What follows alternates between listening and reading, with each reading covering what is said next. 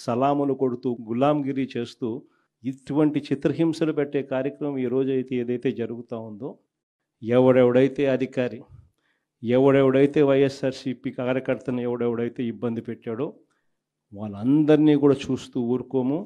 చట్టం మీద దోషులుగా నిలబెడతాము.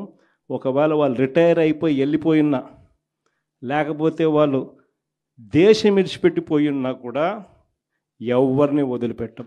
సప్త సముద్రాల అవతలున్నా కూడా అందరినీ కూడా పిలిపించే కార్యక్రమం చేస్తాం. పిలిపించిన తర్వాత సినిమా మామూలుగా ఉండదు. సినిమా మాత్రం అదో లెవెల్లో ఉంటుంది. సినిమా మాత్రం.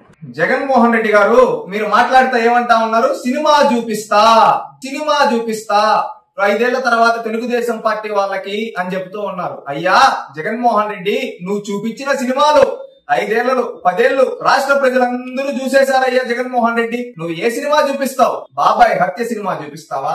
లేదా తల్లిని చెల్లిని ఇంటి నుండి గెట్టేయడం అనే సినిమా చూపిస్తావా? ఈ రోజు మీ చెల్లెలు షర్మిల గారు అంటూ ఉన్నారు, ఆనాడు కాంగ్రెస్ పార్టీ దగ్గరికి మా అన్న వెళ్ళి అడుక్కుంటే మా అన్నకు బెయిల్ వచ్చింది అని చెప్పారు. అదేమన్నా సినిమా తీసి చూపిస్తారా జగన్మోహన్ రెడ్డి గారు? లేకపోతే ఆ బాబాయిని హత్య గురించి ఇంకేదైనా సరికొత్త రీతిలో సినిమాలు తీసి చూపిస్తారా జగన్మోహన్ రెడ్డి గారు? లేదా ఒక కంసమామ, మేనమామ కంసమామ ఎలాగ మారాడో నీ చెల్లెలు షర్మిల చెబుతూ ఉంది. మేనల్లుడు మేనకోడలకు రావాల్సిన ఆస్తులను కూడా ఇవ్వటం లేదు ఈ సైకో జగన్మోహన్ రెడ్డి అని నీ చెల్లెలు చెబుతూ ఉంది. ఆ సినిమా తీసి చూపిస్తావా జగన్మోహన్ రెడ్డి 5 ఏళ్ల తర్వాత?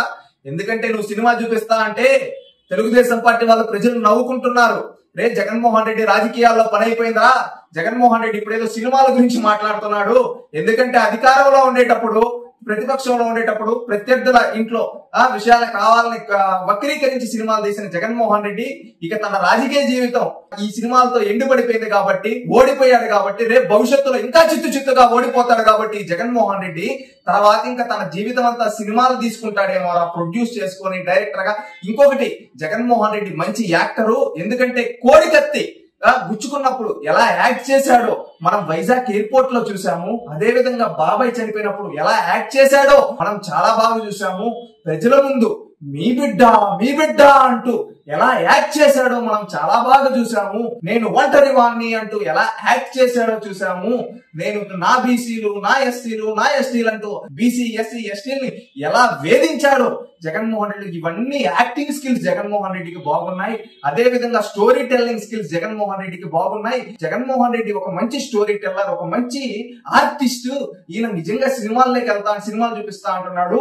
రేపు ఇప్పుడెప్పుడో 11 స్థానాలు వచ్చాయి. రేపు భవిష్యత్తులో అవి కూడా జగన్మోహన్ రెడ్డికి రావు కనుక ఆయన ఇప్పటి నుంచే ప్రిపేర్ అవుతున్నట్టున్నాడు. మానసికంగా మనల్ని కూడా ఆ విధంగా తయారు చేస్తున్నాడేమో వైసీపీ కార్యకర్తలు అనుకుంటున్నారు. ఎందుకంటే నువ్వు ఇవి చేసినటువన్నీ చూసి నువ్వు అప్పుడు వైనాట్ 175 అని గట్టిగా రాగాలు తీసావు. తీరా చూస్తే 11 వచ్చాయి. ఇప్పుడు నెక్స్ట్ సినిమా చూపిస్తా అని నువ్వు చెబుతూ ఉంటే కార్యకర్తలకు అర్థం కాకపోవచ్చు. ఇది మెయిన్ మ్యాటర్. ఎందుకంటే గతంలో నువ్వు సినిమాలు తీసి వక్రీకరించిన కథలు, మళ్ళీ ఇప్పుడు నీ యాక్టింగ్ స్కిల్స్, నీ ఈ స్కిల్స్, అన్ని స్కిల్స్ చూస్తే రేపు భవిష్యత్తులో నీకు సినిమాలు మాత్రమే దిక్కు. సినిమాలు తప్ప నువ్వేం చేయలేవు. సినిమాలు మాత్రమే చేసుకొని బతకాల్సి వస్తుంది జగన్మోహన్ రెడ్డి.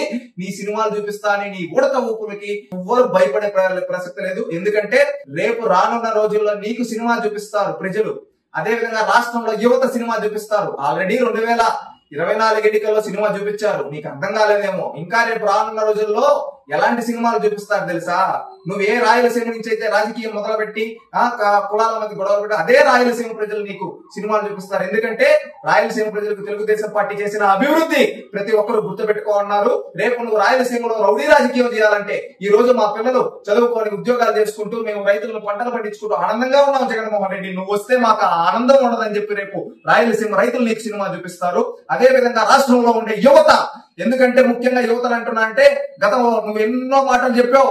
ఏంటి 2,30,000 గ్రూప్ 1 గ్రూప్ 2 ఉద్యోగాలు కావచ్చు, అదే విధంగా మెగా డిఎస్సీ కావచ్చు, 75% లోకల్ రిజర్వేషన్ కావచ్చు, ఇవేమి ఇవ్వాలా?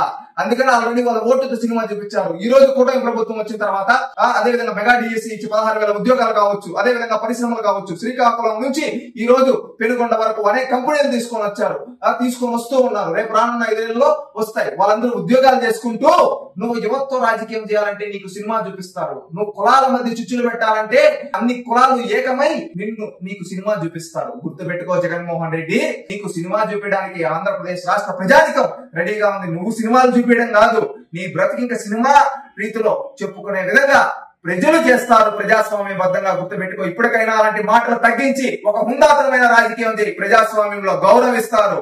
లేదు ఇలాంటి రాజకీయాలే చేస్తా అంటే భస్మం చేసేస్తారు జగన్మోహన్ రెడ్డి. Open challenge.